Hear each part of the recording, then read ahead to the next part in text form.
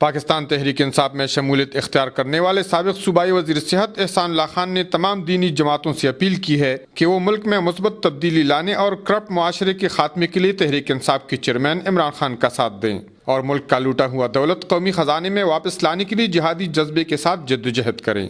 ان خیالات کا اظہار انہوں نے چارسدہ میں تحریک انصاف کے مرکزی نائب صدر میاں مکرم شاہ کاکا خیل کے رہائش گاہ پر ایک پرہجوم پریس کانفرنس سے خطاب کرتے ہوئے کیا۔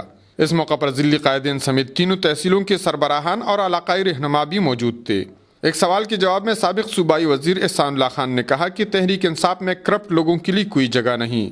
سابق MNAs، MPs اور سیاستدانوں کو اس صورت میں تحریک انصاف میں شامل کیا جائے گا جب وہ اپنی ایمانداری اور ملک و قوم سے وفاداری کا حلف اٹھائیں۔ انہوں نے کہا کہ ان کی شمولیت کا مقصد ملک میں انصاف پر مبنی ایک اسلامی معاشرے کے قیام کے لیے عمران خان کی کوششوں کو تقویت دینا ہے۔ انہوں نے چارسدہ کی تمام سیاسی پارٹیوں کو چیلنج کرتے ہوئے کہا کہ اگر کسی سیاسی پارٹی نے ان سے زیادہ ترقیاتی کام کیے ہوں تو وہ سیاست سے استعفا دے دیں گے۔